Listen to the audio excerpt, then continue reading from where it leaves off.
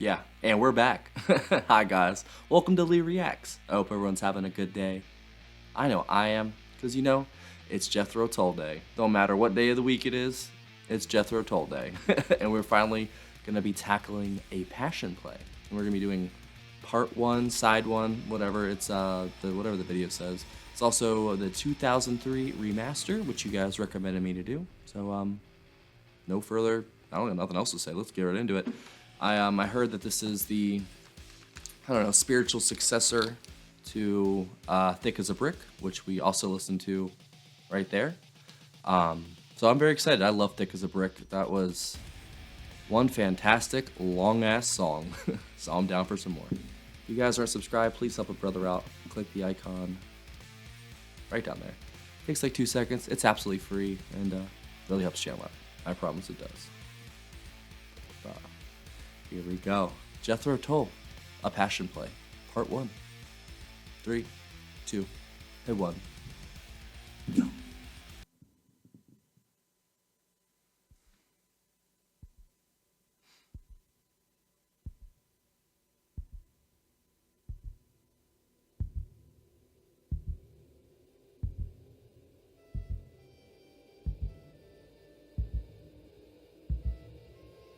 Starts off with the heartbeat.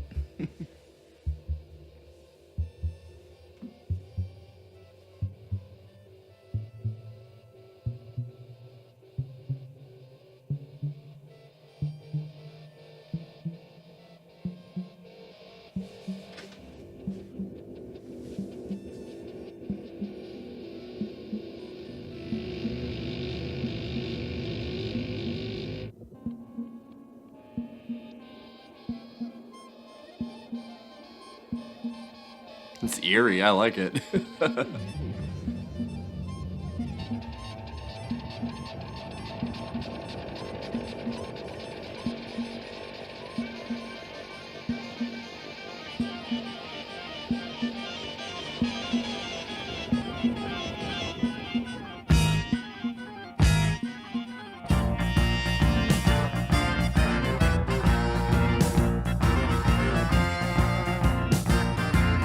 Ooh, that's bouncy.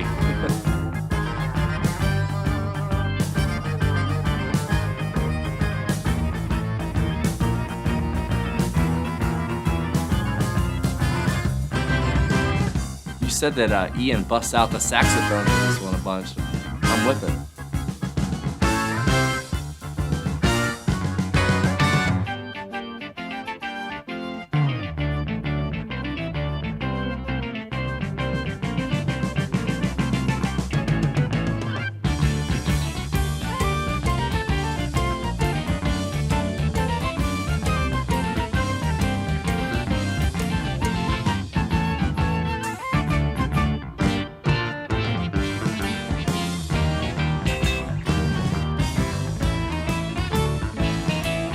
It's like a demented carnival troupe.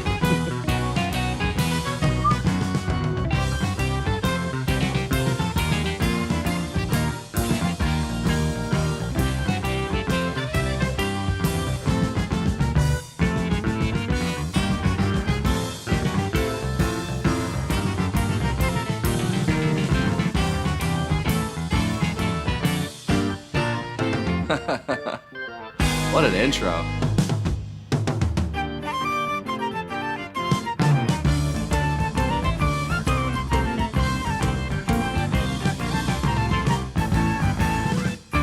Dude, Barrymore's killing it.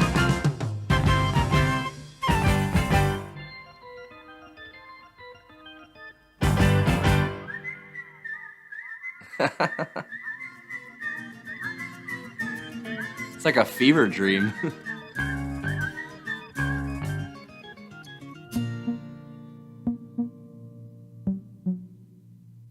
Slow it down. Do you still see me even here? The silver cord lies on the ground, and so I'm dead, the young men said. Oh, over the hill, not a wish away. My friends as one all stand aligned, although their taxes came too late. There was a rush along the Fulham Road. There was a This feels very stripped back so far. Like for them.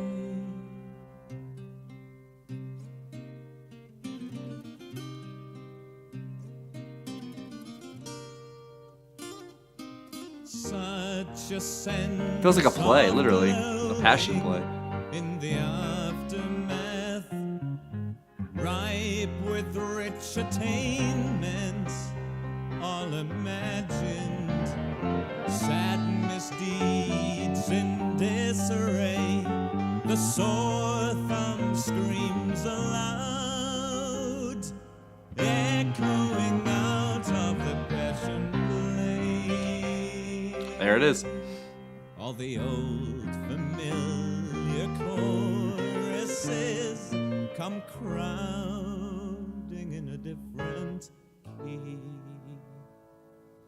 Melodies Feels very personal. in sweet dissonance. There was a rush along the Fulham Road into the ever-passion play. The piano's great too. It pairs so well with his vocals. And the acoustic. He's so good at that.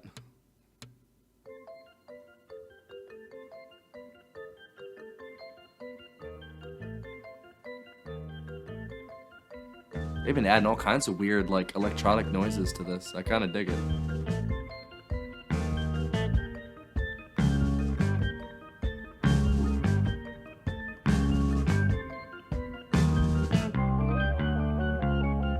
Oh, that's awesome.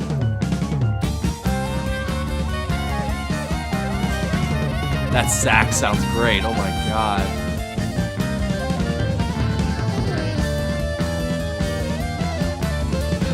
Oh my god. Go ahead, Barrymore. He's been killing it.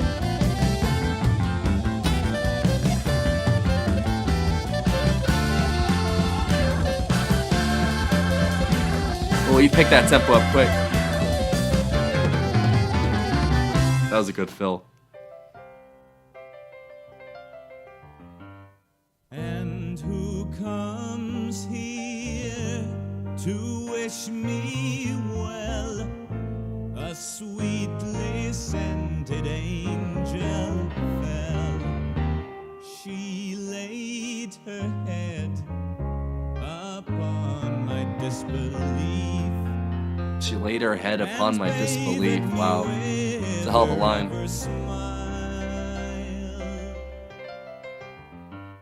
And with a howl across the sand, I go escorted by a band of gentlemen in leather bound. No one but someone to be found.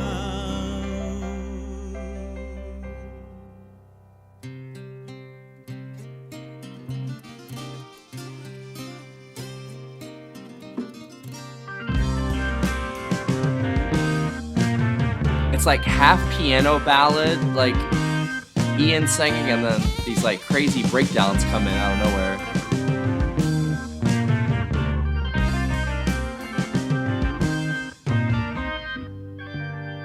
Martin's guitar tone is very interesting too for this. Damn, dude.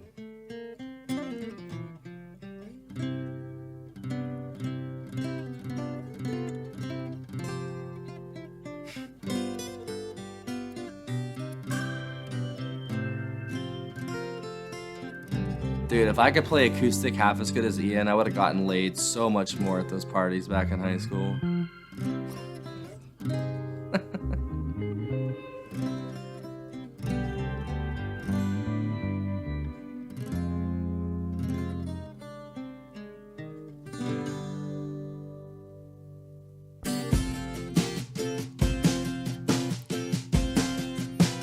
Ooh, that's good.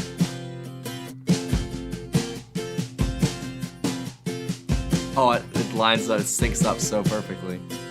All along the icy waste, that a face is smiling in the gloom.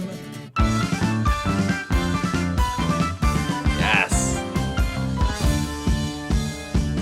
Roll up, roll down, feeling unwound. Step into the viewing room.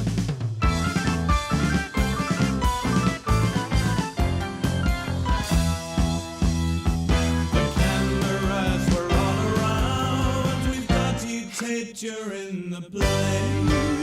Here's your ID, ideal for identifying one and all. That was cool. This is so different for them, dude. I am beyond intrigued.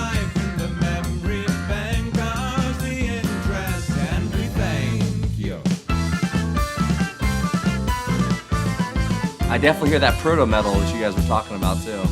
The ice cream lady went across to see you in the passion play.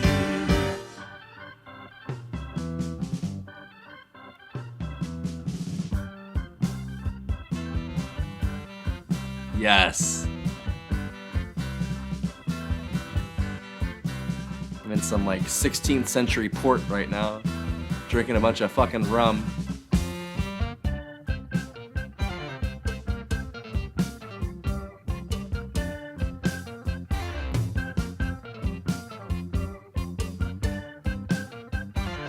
Pew-doo.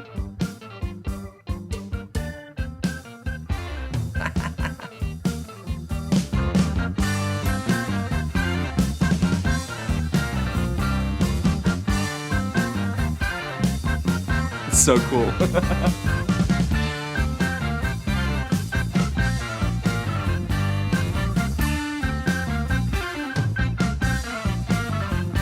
It's like the music is narrating the story when he's not. It's very interesting. It's definitely like a play.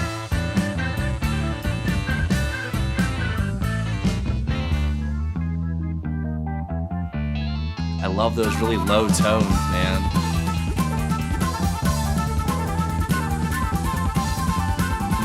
Barrymore, oh my god.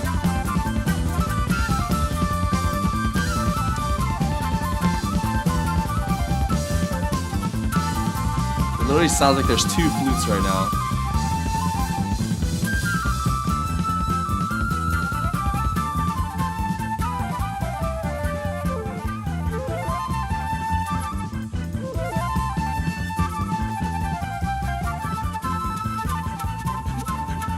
My god.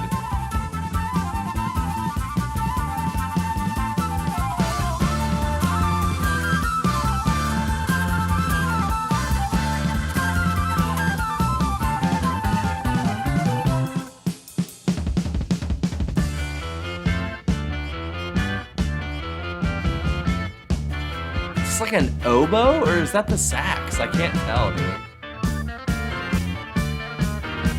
Alto sax, maybe?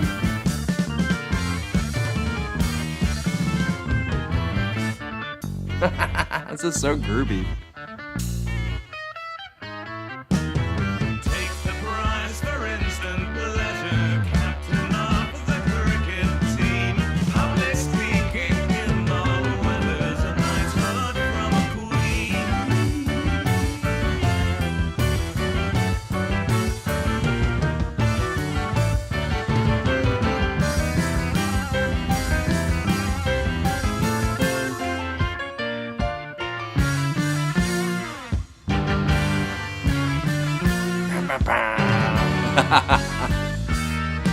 All of your best friends' telephones never could find. I was gonna say Martin's kind of taking a back seat, but he's still there, bro. He's still there. There's a line in the front page story. Ooh. 13 horses that also What? ran. Also ran. That sounded so different for Ian.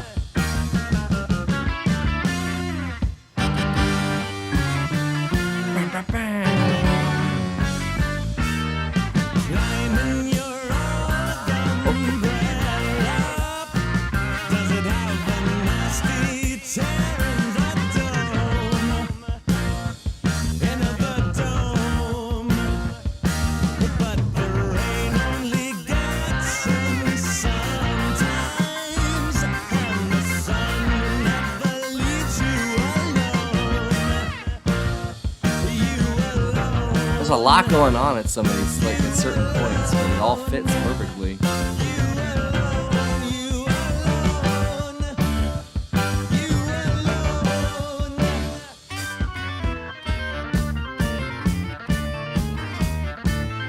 It's like some evil, like port, like Caribbean port town.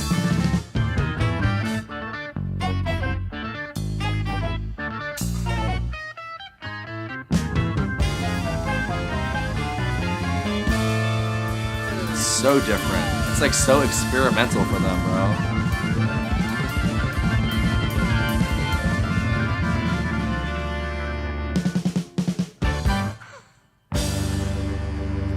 Dude. There's still 6 minutes left. I'm glad, too. This is really good.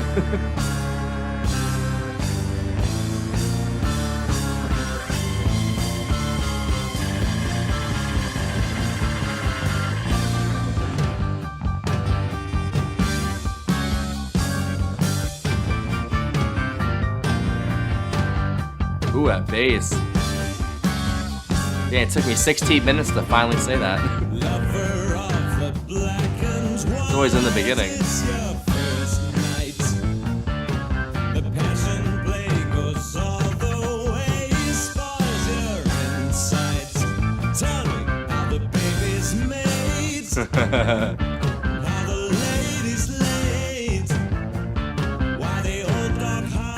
Sadness. And your little sister's immaculate virginity wastes away on the bony shoulder of a young horse named George, who stole surreptitiously into her geography revision. Oh my god.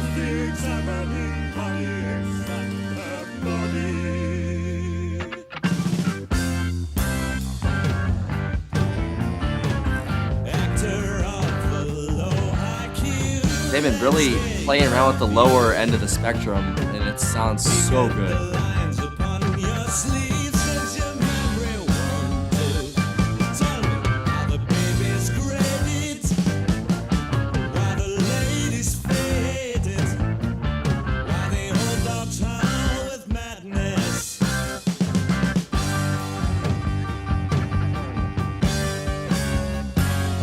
Oh, I totally hear that proto metal in there. I really, really do. That is so nifty.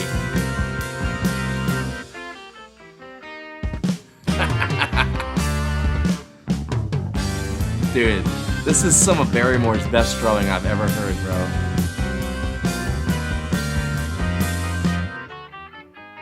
Like, he's on crack right now. He's killing it.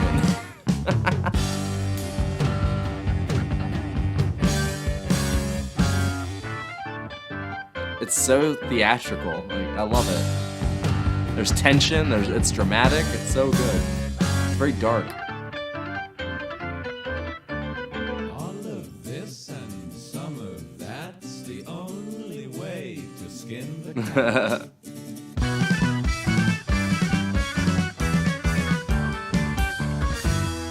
I love that rhythm. It's so good. Now you've lost a skin or two. Well, you're for us and we're for you. Oh, it's such a good motif. The dressing room is right behind. We thought you taped during the play. How does it feel to be in the play? Is the passion play just fucking? Like, How does it feel to be the play? it's like a love triangle or something. Man of passion, rise again. We won't cross you out. For we do love you. These little sections they're putting together are so good. There's no doubt. Da-na-na-na-na. Tell us, is it you or he? For our good cheer. Or are we here for the glory? For the story? For the gory satisfaction of telling you how absolutely awful you really are. Oh, wow.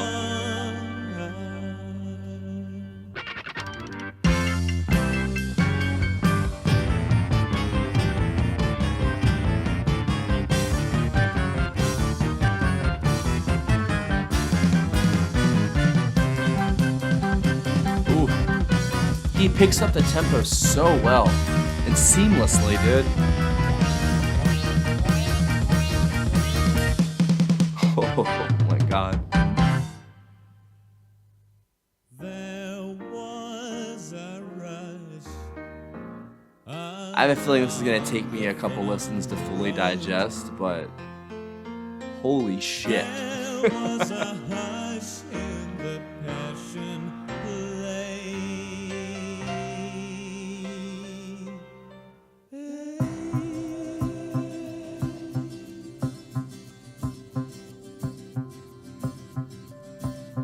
It's like that heartbeat's back, but it's just quicker now.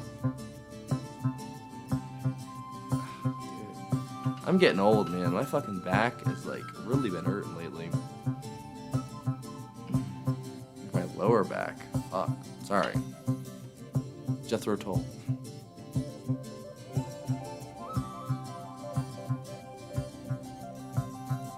They always do like the transitions from like side one to side two so well. You're like flipping the vinyl over.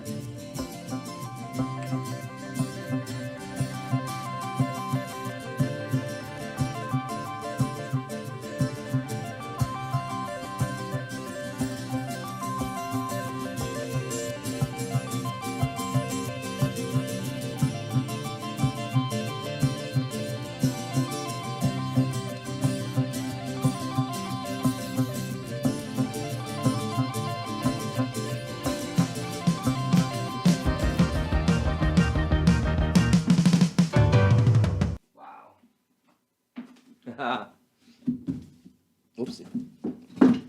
I tricked y'all.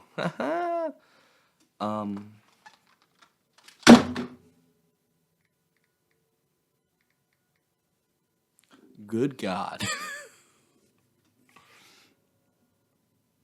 That was so fucking cool. I totally like that so much more than Thick as a Brick. I really, really do. And I'm not even like trying to like size it, like, you know, for views or anything. I really like that. That is right up my wheelhouse of the just dramatic. Sorry, I want to make sure I get everyone's names right. It's John Evan. Oh my God, dude. John Evan, Ian, and fucking Barrymore Barlow. Just, and Martin. I mean, Martin was there for some of it. I feel like he kind of, like y'all already said, he kind of took a step back for this one and kind of was just contributing more to the overall sound than more set like standing out on his own. He had a few parts where he definitely stood out. I definitely heard a lot of the proto metal stuff in his guitar and Barrymore's drumming. Like, ugh, bro, you guys were not kidding that this is almost his finest outing because he completely carried that. The saxophone, Ian's vocals, and those drums, and Evans on the right, John Evan on the keyboard and synthesizer. They were, like I said, literally playing with really low electronic, dark, moody tones, but it still reminded me of like a 15th century like carnival or something in some port town, like, you know, whatever, Pirates of the Caribbean style, you know, with like rum and everyone's, you know, doing their thing, and you know, it's so dark, feels way more personal than Thick as a Brick. Like Thick as a Brick felt like a political kind of commentary. This feels like a either commentary on love itself, or he's actually like, I'm so sorry, or he's like telling the story himself, like about something. I don't know if it's fictional. I know it's a concept album, but I feel at one point I felt like a passion play was just sex for a minute there, but then it kind of felt like it's like a love triangle. And in the beginning there, it's kind of funny.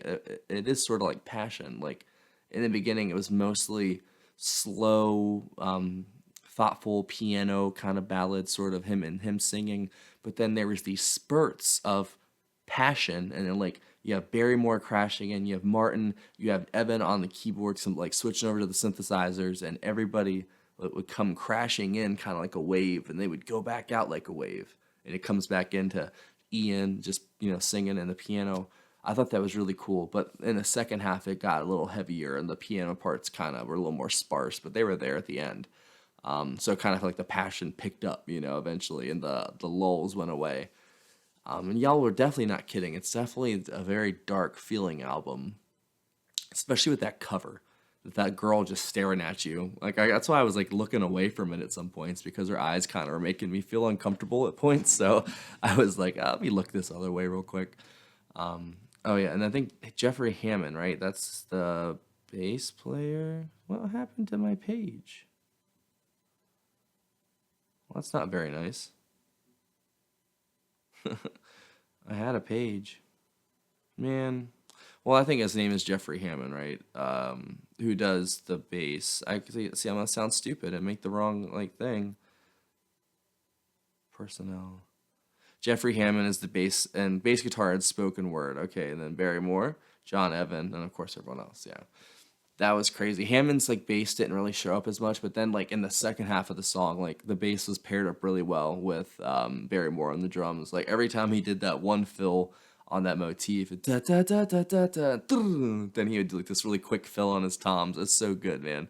They're really good at like finding like a really really good catchy memorable riff or motif and then like just working it in as many times as they can kind of with the song and then it kind of moves the song along. It's like the main heartbeat or the main like meat on the bone of the song and then they add little other bits and pieces to it and other little rabbit holes and stuff.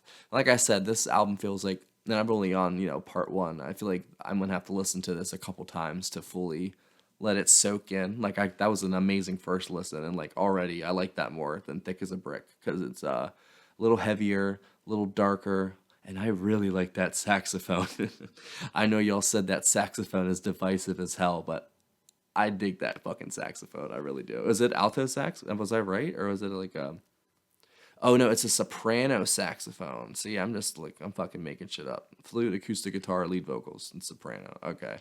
That soprano sax, it reminded me like of an oboe or like a really deep, like low clarinet kind of sound. And it just paired so well with whatever theme like they were going for here. Like they're so good at like almost capturing like a sound of the past, it almost seems like, but then modernizing it and incorporating it into like metal in there, like not metal, but like the prog rock and stuff like that. And like I said, I definitely heard like the proto metal and the drumming and Martin's guitar because Martin, when he did have his moments to shine on the side, were fantastic. Like they all play so well together, and like the way they can all sync up playing these different parts and still making it sound like more than coherent. Like it sounds crazy in some of those chaotic parts when everyone is playing and doing their own thing. It all still sounded so good. Like it all worked out. It was all just in rhythm, in time, and everything just hit so well, man. Like I almost want to just do side tune. I can't though. It's late. I this new place I live at. I have to be quiet because I have roommates now. I'm not in just like some room by myself and I can just scream and do whatever now. I have to like be responsible. I'm gonna be nice and not start yelling and listen to side two. So yeah, I think that's it. I don't know. I can't wait for side two. Like I said, like that was fantastic. That is, I think my favorite Jethro Tull work so far. I'm not even kidding. Just from side one, just it's so different. It's such a leap for them. It's so, but not at the same time. Like it's different, but at the same time, it's Jethro Tull. Just like a different kind of spice. They spiced it differently. The cake is just flavored differently. But yeah, I really, really enjoyed his drumming on this. Barrymore, this is definitely his finest outing so far that I've heard. He was all over the place on this. I mean, good God, when it wasn't doing like just the piano ballad parts in the beginning, he was a part of every second of this song, and he made it fucking happen. Just that's for you, Barrymore. That was fucking good, bro. That was really fucking good.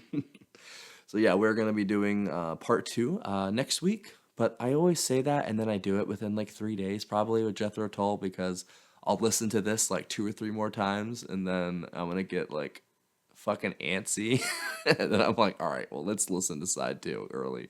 So it is what it is. Thanks for watching, guys. If you guys have anything else you think I'd like to do by Jethro Tull, I know you said Stormwatch is an album I should do. Aqualung, I believe, as well is something I have to do. After we finish up a pass and play, but we'll get there. I want to finish this album first, and then, what I mean. If you guys didn't know, we have a Patreon right there. Go check it out. We are almost up to we're pushing 70 now. Ah! thank you so much, guys. I really appreciate y'all. Like, seriously, I feel like I don't deserve you guys in the slightest, but I'm glad that you're there. If you are in the $10 super patron tier or up, you get one free request a month. You also get access to all my block videos, all the Patreon exclusives, all of me reacting to patron music. I'm starting to do unboxing videos now too for YouTube because people have been sending me these wonderful things, such as the Yes Years collection, 4 CDs of all their singles. It's apparently really rare, and one of our subscribers and patrons, Bruce, sent it to me as a Christmas present, which is the nicest thing I think anyone's ever done for me. So thank you again, Bruce. You rock. And if you guys want to send me anything to open, you can just email me at the email address in the description, and we can set it up. So I really appreciate you guys. There's also a PayPal link down there for tips, requests, and anything else. You know, throw your boy a couple of dollars for doing a good job. I could really use it and really appreciate it. I think that's it on me, guys, though. Like I said, we'll be doing part 2 in a couple of days or next week. So see you then. Bye.